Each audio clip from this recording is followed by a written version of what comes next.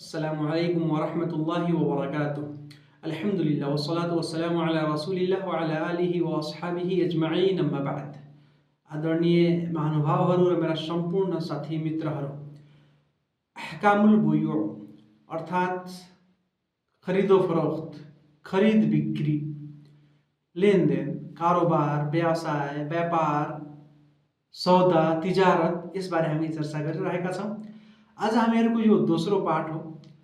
हिजोको पाठमा मैले यसको हुकुम के छ, व्यापारको, व्यवसायको, खरिद बिक्रीको, र त्यसै गरी यसको रुक्न अर्थात् स्तम्भहरू कति छन्, र त्यसै गरी यसमा बुद्धिमत्ता के छ, यो सम्पूर्ण कुरा मैले बताएँ।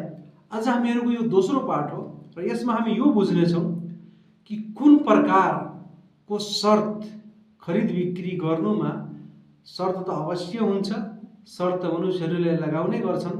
त्यसमा कुन प्रकारको शर्त सही छ र कुन प्रकारको शर्त खरिदो बिक्रीमा शर्त कुन प्रकारको शर्त चाहिँ सही हुँदैन, यसबारे हामी चर्चा गर्नेछौँ इन्शाअल्लाह। प्रथम चाहिँ जुन प्रकारको शर्त लगाउनु जायज छ खरिद बिक्री गर्नुमा, लेनदेन गर्नुमा, धन्दामा, त्यो के हो कि कुनै पनि प्रकार छ, कुनै पनि वस्तु छ, सामान छ, त्यसलाई हामी बेचिरहेका छौँ वा किनिरहेका छौँ भने त्यसको गुण त्यो कुन प्रकारको छ, त्यो कुन खालको छ, यसलाई प्रष्ट पार्नु। मैले बताएको थिएँ हिजो कि प्रष्ट पार्नु अनि सम्पूर्ण कुरालाई बताइदिनु यो अनिवार्य हुन्छ, जरुरी हुन्छ। कुनै कुनै व्यक्तिहरूले कुनै कुरालाई लुकाइलिन्छन् वा धोका दिन्छन्, झुक्क्याउने प्रयास गर्छन्, छल कपटले काम लिन्छन्।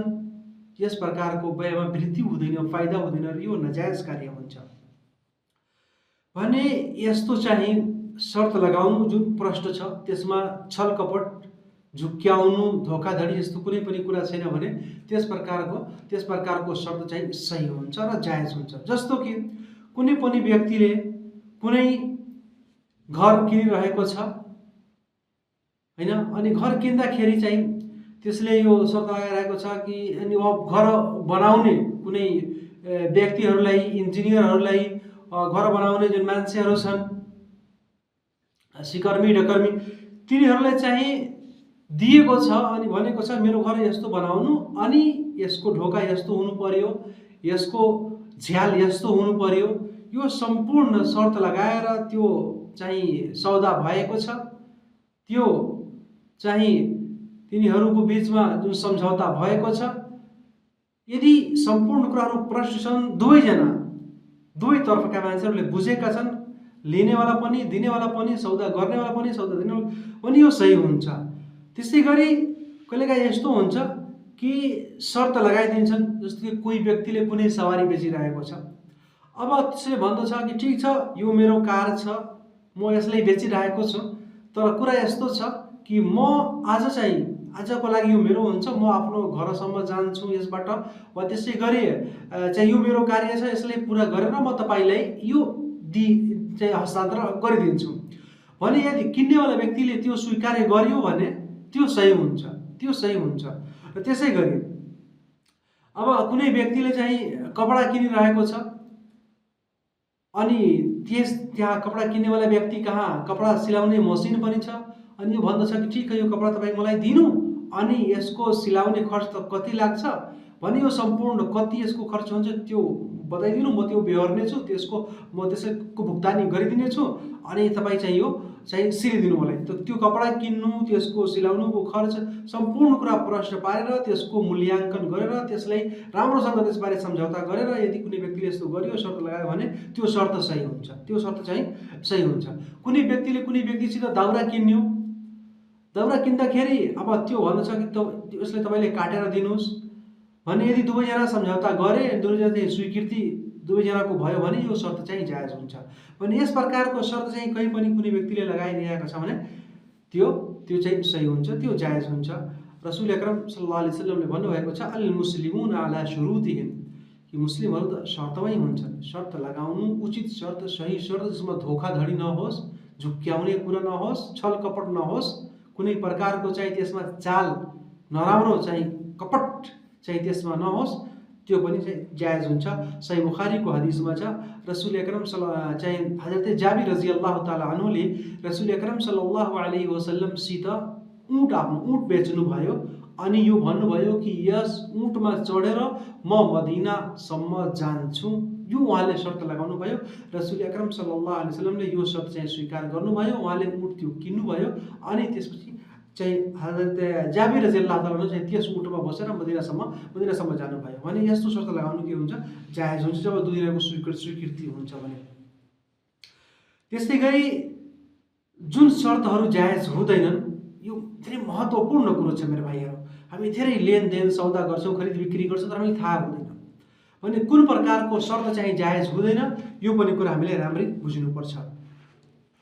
अनि त्यो के हो कि एकै बेलामा अर्थात् एकै खरिद बिक्रीमा, एकै सौदामा कईवटा शर्त लगाउनु, कई प्रकारको शर्त लगाइदिनु, यो चाहिँ सही हुँदैन।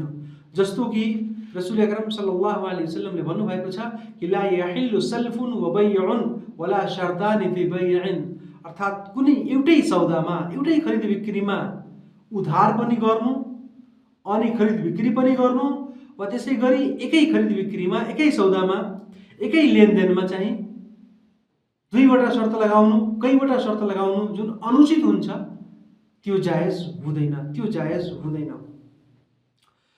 जस्तो कि कुनै व्यक्तिसित यो कुनै सवारी वा कुनै पनि कुरा किन्यो, कुनै कार वा बाइक, मोटरसाइकल जे पनि छ किन्यो अनि यो शर्त लगाइरहेको छ कि ठिक छ, म यो चाहिँ कुनै बेच्नेवाला व्यक्ति छ, आफ्नो मोटरसाइकल, बाइक वा कुनै पनि सवारी छ, त्यसले बेचिरहेको छ अनि बेच्दाखेरि किन्नेवाला व्यक्तिसित त्यो शर्त लगाइरहेको छ कि यस शर्तको साथमा तपाईँलाई यो दिन्छु, तपाईँ यसले बेच्नुहुन्न, तपाईँलाई यो अब गाडी वा यो सामान बेच्नु मिल्दैन, कहिले पनि बेच्नु मिल्दैन भने अब त्यो सही होइन नि।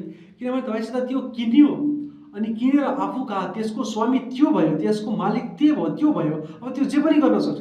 तर तपाईँ होइन म त बेच्छु, तर तपाईँले चाहिँ यसलाई बेच्न सक्नु हुँदैन भने यो शर्त चाहिँ सही होइन। र त्यसै गरी कुनै पनि कुरा यस्तो भयो कि ठिक छ, म यो बेचिरहेको छु, यो आफ्नो गाडी, तर कुरो यो छ, शर्त यो छ कि यो गाडी तपाईँले चाहिँ अरू दोस्रोलाई चाहिँ, कुनै आफ्नो भाइलाई, कुनै आफ्नो साथीलाई त्यसलाई गिफ्ट दिनुपर्छ, त्यसलाई उपहार दिनुपर्छ। यो त यदि त्यसको स्वीकृति छैन भने किन्नेवाला व्यक्तिको भने हामीले बाध्य बनाउन सक्दैनौँ। कुनै पनि व्यक्तिले बाध्य बनाएर कुनै कुरा बेच्नु वा किन्नु यो सही हुँदैन, यो सही, त्यस प्रकारको शर्त चाहिँ कहिले पनि सही हुँदैन। त्यसै गरी यस्तो पनि शर्त हुन्छ, कुनै व्यक्तिले शर्त लगाउँछ कि ठिक छ, म यो आफ्नो सामान तपाईँले बेचिरहेको छु, तर शर्त यो छ कि तपाईँ मलाई 1 लाख 2 लाख उधार दिनुहोस् भने। अब त्यो यदि चाहिरहेको छैन भने किन उधार त्यो दिन्छ नि? किन तपाईँले त्यसले बाध्य बनाउनुहुन्छ? बाध्य बनाउनु अनि जबरजस्ती कुनै शर्त लगाउनु यो सही हुँदैन कहिले पनि। दुवैजनाको स्वीकृति हुनुपर्छ, दुवैजनाको चाहिँ प्रसन्नता हुनुपर्छ त्यसमा। त्यसै गरी अरू पनि धेरै कुराहरू छन् अनि रसूल अकरम सल्लल्लाहु अलैहि वसल्लमले यसमा हामीले बताउनु भएको छ कि जस्तो मैले बताएँ कि उधार पनि लिनु। जस्तो यस्तो कहिलेकाहीँ हुन्छ कि अब कुनै व्यक्ति कहीँ गयो कुनै सामान किन्नुको लागि, 2 लाखको त्यो सामान छ, अब किन्ने त्यसलाई चाहिँ त मन छ तर त्यससित पैसै छैन। अब के गर्छ, त्यो जुन व्यापारी व्यक्ति छ, सामान बेचिरहेको छ, त्यसैसित उधार लिन्छ, मलाई 2 लाख उधार दिनु, अनि उधार दिएर फेरि त्यो वस्तु, त्यो सामान, त्यो सामग्री चाहिँ किनिलिन्छ। यो कसरी हुन्छ? अनि त्यसले थाहा, व्यापारीलाई थाहा हुँदैन कि यसले मसित चाहिँ यो उधार लिएर आएको छ, यसैको लागि उधार लिएर आएको छ भने।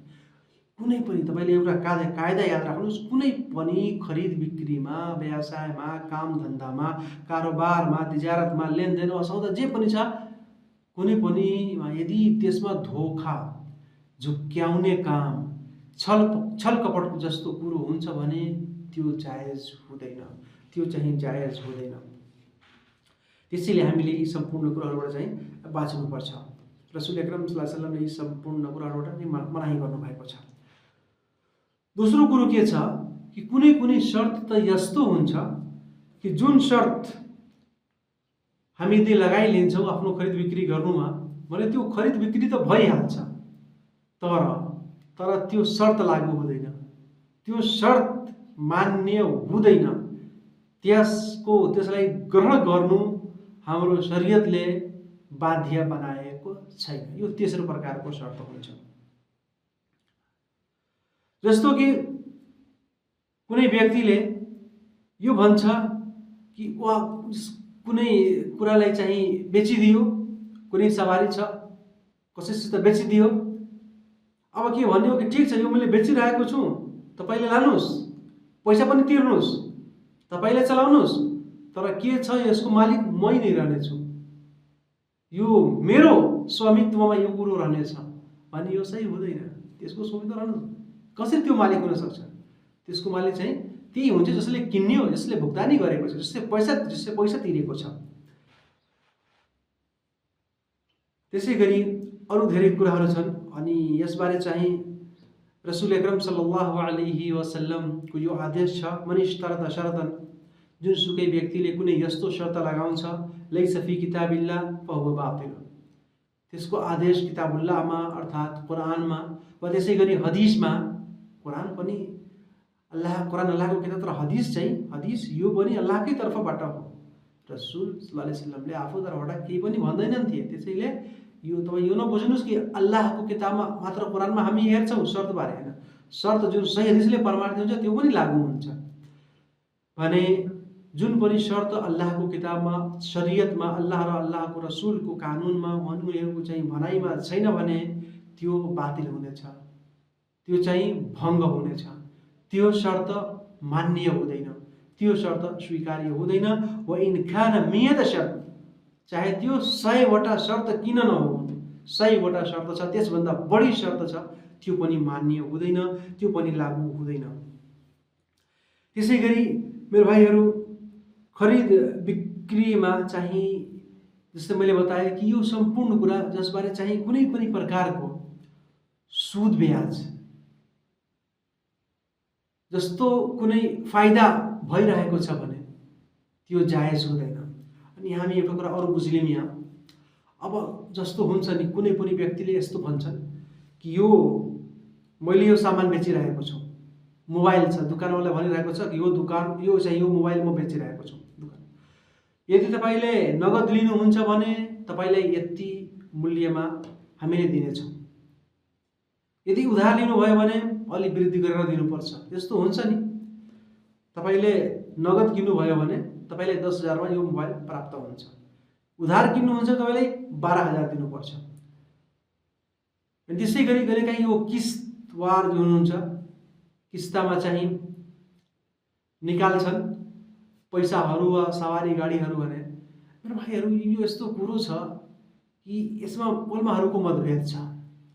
कोही भन्छन् कि यदि त्यो सम्पूर्ण कुराहरू प्रष्ट भएका छन् र त्यसै गरी दुकानवाला आफ्नो दुकानको बारेमा हेरेर त्यसले पनि गभर्नमेन्टलाई, सरकारलाई चाहिँ कर दिनुपर्छ भने अब त्यस अवस्थामा त्यसले शर्त लगायो अनि हरेक कुरा प्रष्ट थिए त्यसमा वा लेखिलिनु यो उत्तम हुन्छ।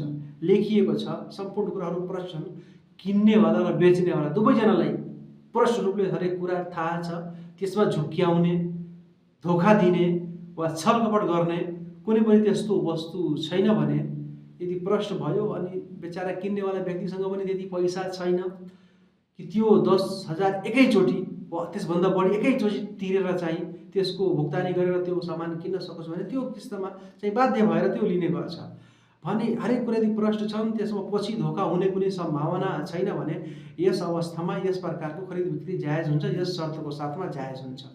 तर यदि त्यसमा कुनै यस्तो चाहिँ कुरो हुन्छ जो प्रष्ट हुँदैन, जो चाहिँ एकदमै सही हुँदैन, चाहिँ प्रष्ट हुँदैन, पछि त्यसमा धोका हुने जुन बेच्नेवाला व्यक्ति छ पछि चाहिँ मुद्दा गर्न सक्छ वा अरू यसमा हेरफेर गर्न सक्छ, किन्नेवाला व्यक्तिलाई बाध्य बनाउन सक्छ, त्यसमा चाहिँ अत्याचार हुने सम्भावना छ भने यदि यस्तो कुनै कुरा भयो भने यो जायज हुँदैन।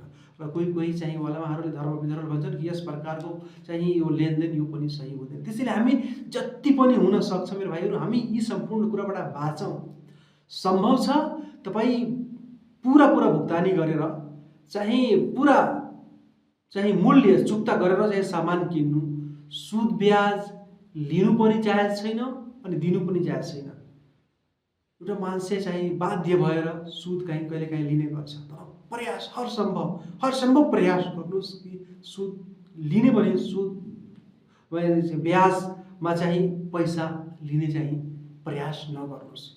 अर्कै तर्फबाट दोस्रो तर्फबाट चाहिँ यसको चाहिँ समाधान निकाल्नुहोस्, यसमा फाइदा हुन्छ। जुनै सामान किन्नु छ चाहिँ तपाईँले चाहिँ नगद भुक्तानी गरेर किन्नुहोस्, चाहिँ उधारमा वा त्यसै गरी सुद ब्याजमा धेरै धोखाधडी हुन्छ, मनुष्यहरू बर्बाद भइहाल्छन्। बरु मैले यस्तो पनि हेरेको छु कि पुरा घर बर्बाद भइहाल्छ, यति कर्जा तिनीहरूमाथि भइहाल्छ कि तिनीहरू अब तिर्नै सक्दैन। के हुन्छ, घर बेच्नुपर्छ, जग्गा बेच्नुपर्छ, धेरै चाहिँ खाँचो हुन्छ। त्यसैले चाहिँ जुन पनि सौदा गर्नुहोस्, जुन पनि चाहिँ लेनदेन गर्नुहोस्, प्रष्ट रूपले गर्नुहोस्, सफाइको साथमा गर्नुहोस्। त्यसमा झुक्क्याउने काम नहोस्, त्यसमा चाहिँ धोखाधडीको काम नहोस्, छल कपटको कुनै कुरा नहोस्। इन्शाअल्लाह भोलिको पाठमा अब हामी अरू केही कुराहरूबारे चर्चा गर्नेछौँ। अल्लाह ताआलाले हामी हरेकजनालाई चाहिँ सही मार्गमा हिँड्ने तौफिक प्रदान गरौँ र हाम्रो कर्मलाई चाहिँ स्वीकार गरौँ र हलाल रिस्क हलाल माल हामीलाई खाने तौफिक प्रदान गरून् र खरिद बिक्री लेनदेनमा हामीलाई सफाई सुथराईको साथमा चाहिँ सिधा र सोझो बाटोमा हामीलाई हिँड्ने चाहिँ अल्लाह ताआलाले हामीलाई प्रेरणा र शक्ति देऊन्। आमीन। अस्सलामु अलैकुम व रहमतुल्लाहि व बरकातुहू।